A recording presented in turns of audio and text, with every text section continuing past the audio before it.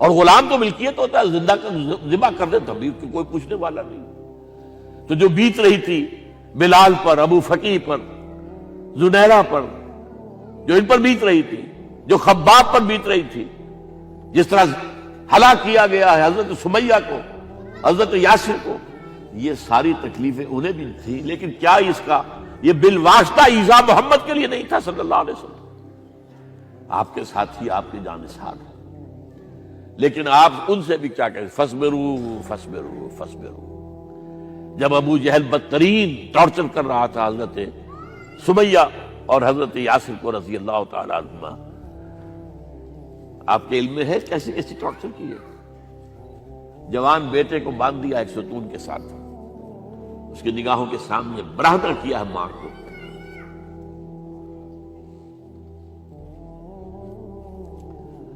ہاتھ میں ایک مورتی ہے، جب تنگ آ گیا ستا کر تنگ کر کے مار مار کے حضرت سمیہ ٹس سے مس نہیں ہو رہی، کہتا ہے تم ایک دفعہ کہہ دو سمیہ کہ ہاں اس مورتی میں بھی کچھ ہے، میں تمہیں چھوڑ دوں گا۔ انہوں نے تھوک دیا، برچھا مارا ہے شرمگاہ کے اندر۔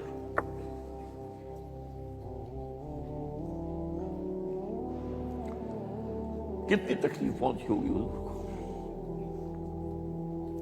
لیکن آپ گزر رہے، اصبروا یا آل یاسر فإن موعدکم الجنہ، اے یاسر کے گھر والوں صبر کرو، تمہارے استقبال کی تیاریاں ہو رہی ہیں جنت میں۔ یہ سیرت کوئی بناتا سناتا ہے، یہ سیرت یاسر کے ساتھ کیا کیا ہے؟ 4 اونٹ نر سانڈ، اور ان کے ساتھ رسے باندھ کر ایک رسے سے ان کا ایک بازو باندھا، ایک سے دوسرا بازو، ایک سے ایک ٹانگ، دوسرے سے دوسری ٹانگ، انہیں دوڑایا ہے کہ پرکھتے ہو جیسے قسم کے۔ یہ دین ایسے ہی قائم نہیں ہوا، عدل و انصاف کا نظام ٹھنڈے ٹھنڈے قائم نہیں ہوتا، گھر میں آرام سے بیٹھے ہوئے قائم نہیں ہوتا۔ اور سنیے، 3 برس شیب بنی ہاشم کے تو قید ہے، 3 برس، اور یہاں کی قید پر قیاس نہ کریں۔ یہاں تو جیل میں کھانے کو ملتا ہے، راشن ملتا ہے، جیسا بھی ملتا تو ہے نا، اور لیڈروں کے لیے تو class A class B class ہے، اب تو ان کا تو لیڈر تو لوگ جب آتے ہیں جیل کاٹ کر معلوم ہوتا ہے کہ شاید کسی صحت افزا مقام سے تشریف لا رہے ہیں۔ وہاں کیا تھا؟ ٹوٹل بائیکاٹ، ایک گھاٹی، ادھر پہاڑ ادھر پہاڑ، دونوں طرف جو ہے پہرے، کوئی کھانے پینے کی چیز اندر نہیں جائے گی، اور پورا خاندان بنی ہاشم، وہ بھی کہ جو ایمان نہیں لائے، وہ قبائلی زندگی تھی نا۔ بنو ہاشم چونکہ حضور کو پشت پناہی چھوڑنے کو تیار نہیں ہوئے، ابو طالب نے آخری وقت تک بھی ساتھ نہیں چھوڑا۔ ہاں، آخری وقت کے قریب ایک بات ہو گئی تھی، ایک مرتبہ تو ہوا کہ وفد آیا ہے قریش کا کہ اپنے بھتیجے کو روک لو، وہ ہمارے معبودوں کی توہین کرتا ہے۔ ابو طالب نے بلایا اور آپ سے کہا کہ یہ کچھ اپنے رویے کو بدلے۔ آپ نے فرمایا چچا جان، اب تو چاہیے میرے ایک ہاتھ پر سورج اور دوسرے پر چاند رکھ دے، میں اپنے اس مشن کو چھوڑ نہیں سکتا۔ یہ ہے استقامت۔ اور ابو طالب کے عین انتقال کے وقت جو معاملہ ہوا، جب وفد آیا ہے کہ ٹھیک ہے اب ہمارا جو ہے صبر کا پیمانہ لبریز ہو گیا ہے، اب ٹھیک ہے آ جاؤ میدان میں، تم بھی ساتھ چھوڑنے کو تیار نہیں ہو۔ ابو طالب نے بلایا، بھتیجے مجھ پر اتنا بوجھ نہ ڈالو جو میں برداشت نہ کر سکوں۔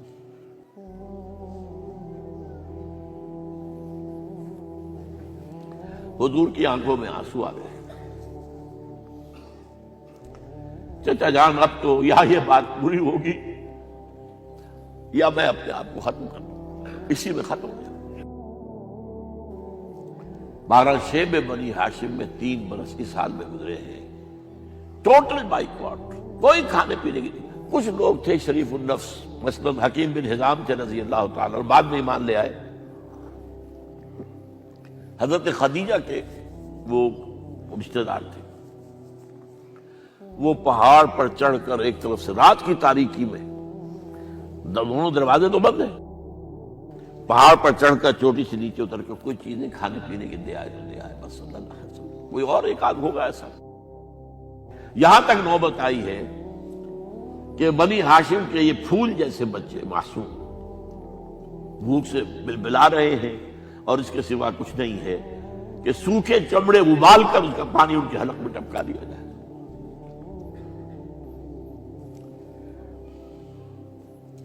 اور جو ہوا وادی طائف میں، جب مکے والوں نے فیصلہ کر لیا کہ آپ قتل کر دو، ابو طالب بھی فوت ہو چکے ہیں، اب کوئی اندیشہ نہیں، کوئی خانہ جنگی شروع نہیں ہوگی،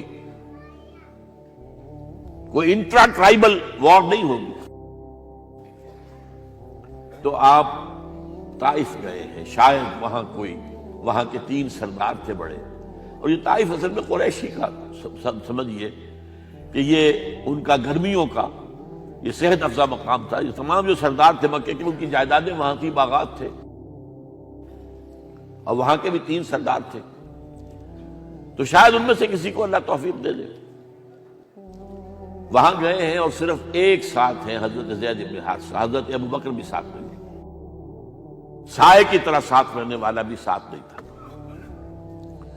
وہاں جا کر جو آپ نے تینوں سے بات کی ہے، تینوں نے وہ باتیں کہی ہیں جو کلیجے کو چیر جائیں۔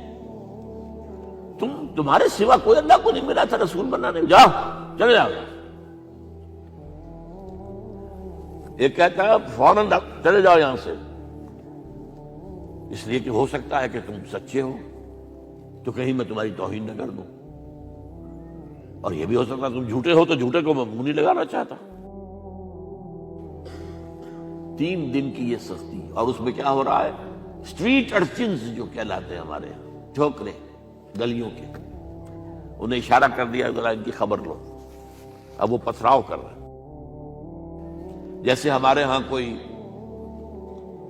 آ جاتا ہے، کوئی نیم پاگل یا کوئی اور کسی طرح کا مست قسم کا آدمی، اور اس کے اوپر چھوکرے چاروں طرف ہوں اور کچھ ستا رہے ہوں، یہ نقشہ تھا، اور طائف کی گلیاں تھیں، اور محبوب رب العالمین تھے۔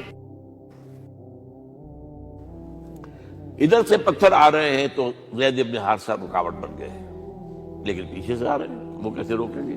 پیچھے جاتے ہیں تو ادھر سے آ رہے ہیں۔ جسم لہو لہان ہے، خون رس رس کر زخموں سے جوتیوں میں آ کے جم گیا ہے۔ پھر وہاں سے آپ نکل کر گئے ہیں، ایک باغ میں تھوڑی سی پناہ لی ہے تھوڑی دیر کے لیے، جوتے بڑی مشکل سے اترے ہیں، خون جمع ہوا، اور وہ جو پھر دعا نکلی ہے آپ کے، وہ کلیجے کو چیر جانے والی ہے۔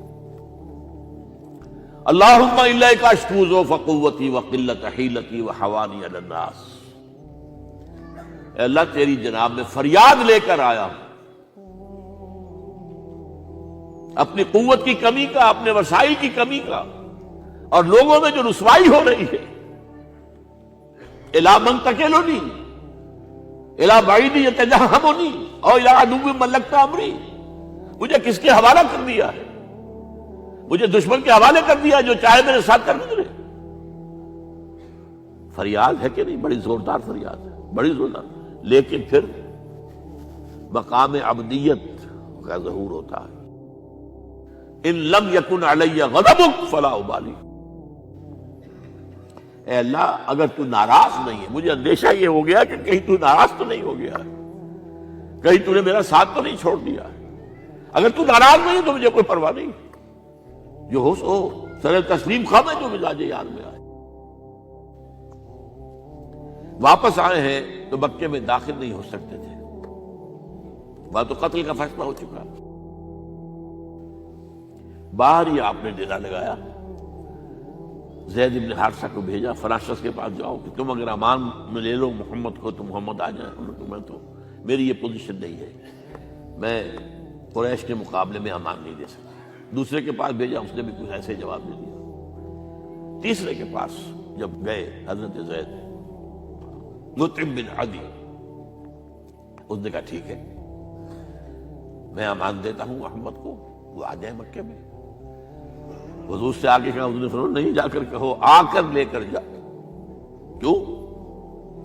کیا پتا اچانک جو ہے میرے داخل ہوتے ہی کوئی مجھ پر حملہ کرے، قتل کر دے۔ وہ تو یہ کہہ سکے کہ ہمیں کیا پتا تھا کہ مطعم نے جو ہے امان دی ہے، I never knew it۔ اب یہ قبیلے کے اندر یہ ہوتا تھا کہ ایک نے امان دے دی، سب کی طرف سے امان۔ لہذا حضور نے فرمایا آ کر لے کر جاؤ۔ وہ اپنے 6 بیٹوں کو ہتھیار سجا کر لے کر آیا ہے اور پھر لے کر گیا حضور کو، کہتا ہوا گزر رہا ہے راستے میں، لوگوں سن لو محمد میری امان میں ہے صلی اللہ علیہ وسلم۔ اس لیے آپ کو مکے کے اندر پھر 2-2.5 سال مزید رہنے کا موقع ملا ہے، اور اتنا بڑا احسان آپ نے مانا پھر مطعم بن عدی کا کہ غزوہ بدر میں جب 70 اسیر تھے قریش کے حضور کے پاس، تو آپ نے فرمایا تھا کہ اگر آج مطعم زندہ ہوتا اور وہ سفارش کرتا تو میں ان سب کو چھوڑ دیتا بغیر کسی فدیے کے۔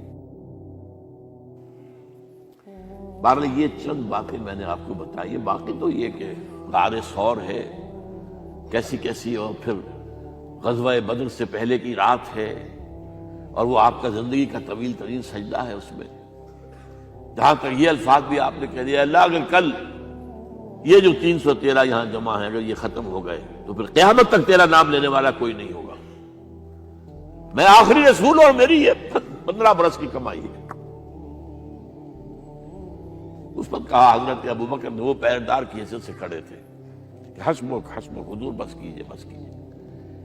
بہرحال بدر ہے، احد ہے، زخمی ہوئے ہیں، دندان مبارک شہید ہوئے ہیں، خون اتنا بہا ہے کہ بے ہوش ہو گئے ہیں، اور خبر اڑ گئی ہے کہ آپ شہید ہو گئے۔ یہ سب کچھ، اور سب سے بڑھ کر حمزہ کی لاش سامنے آئی۔ کیسی لاش؟ ناک کٹی ہوئی ہے، کان کٹے ہوئے ہیں، پیٹ چاک کر کے کلیجہ چبایا ہوا ہے۔ کس طرح برداشت کیا ہوگا آپ نے؟ اپنے اوپر تاری کر کے دیکھیں، یہ حمزہ کون ہے؟ چچا ہے، دودھ شریک بھائی ہے، خالہ زاد بھائی ہے، ساتھ کا کھیلا ہوا ہمجولی ہے، اور اس کی لاش ہے۔ جو قلب اطہر پر بیت رہی تھی وہ مدینے میں آ کر ایک بڑا ماحول بدلا ہوا تھا، تب وہ بات سامنے آ گئی۔ جب آپ مدینے واپس تشریف لائے ہیں تو ظاہر بات ہے کہ زیادہ انصار کے لوگ تھے جو شہید ہوئے تھے۔ بدر میں مہاجرین تو میرے خیال 1/4 تھے نمبر کے اندر، 3/4 تو انصاری تھے۔ اسی طریقے سے احد کے اندر معاملہ ہے، تو مختلف گھروں سے عورتوں کے بین کرنے کی آوازیں آ رہی تھی، اس لیے کہ اس وقت تک بین کرنا حرام نہیں قرار دیا گیا تھا، ممنوع نہیں تھا۔ آوازیں سن کر حضور کی زبان مبارک سے نکل گیا، اما حمزہ تو فلا بواکی لہو، ہائے حمزہ کے لیے تو کوئی رونے والی بھی نہیں ہے۔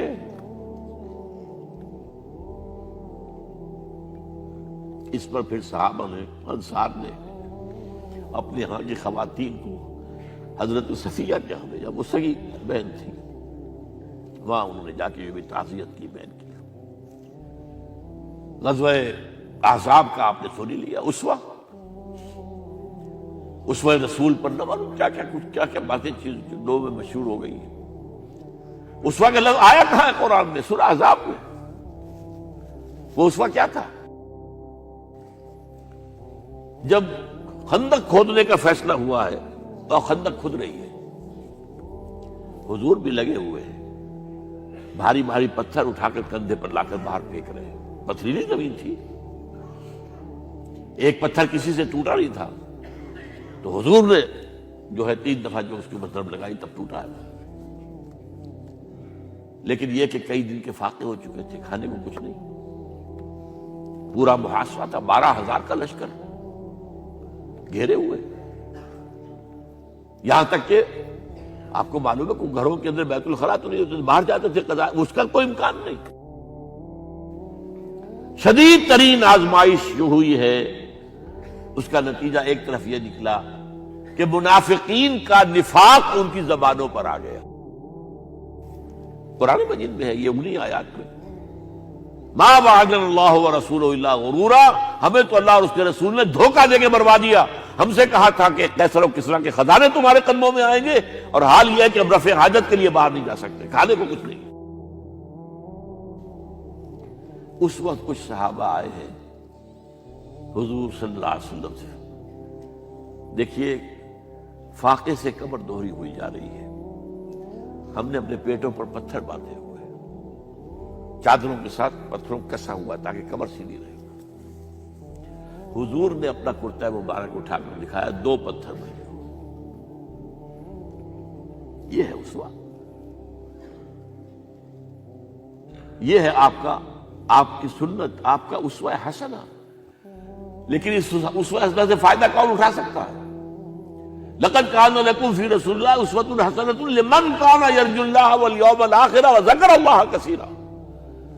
اسوہ تو اپنی جگہ ہے، قرآن میں ہدایت سب کے لیے، ہدی للناس، لیکن فائدہ اٹھائیں گے صرف متقین، ہدی للمتقین ہے سب کے لیے، اسوہ سب کے لیے ہے، لیکن استفادہ وہی کر سکے گا جو 3 شرطیں پوری کرے، اللہ اور یوم آخر پر ایمان اور اللہ کا ذکر کثرت کے ساتھ۔ بہرحال یہ میں نے آپ کے سامنے اس حوالے سے رکھا ہے، یہ اسوہ جو ہے حضور کا، یہ ہم پر اتمام حجت ہے۔ دیکھیے نوٹ کیجئے، پوری نوع انسانی پر اتمام حجت، اسلام کا نظام عدل اجتماعی جو قائم کر کے دکھا دیا، حجت قائم، اسے انگریزی میں کہتے ہیں اٹس ڈویبل، کیا جا سکتا ہے، یہ کام ہو سکتا ہے، اس لیے کہ زمین پر قدم بقدم چل کر یہ انقلاب آیا، محنت سے آیا، مشقت سے آیا، ایثار سے آیا، قربانیوں سے آیا، تکلیفیں جھیل کر آیا، صبر و مصابرت سے آیا، استقامت و مقاومت سے آیا۔ یہاں پر معجزوں کی کار فرمائی نہ ہونے کے برابر ہے۔ یہاں دھوپ سے بچانے کے لیے کوئی اللہ نے صاحبان نہیں دیا، ظل اللہ علیکم الغمام، اور بھوک سے بچانے کے لیے من و سلوى نازل نہیں ہوئے۔ غزوہ تبوک میں ایسا بھی ہوا ہے کہ 3 مجاہدین کا 24 گھنٹے کا راشن ایک کھجور، ایک نے منہ میں رکھی، کچھ چوس لی، کچھ گلوکوز چلا گیا اس میں سے، دوسرے کو دے دی، اس نے چوس لی، پھر تیسرے کو دے دی، من و سلوى نازل نہیں ہوئے۔ محنت، مشقت،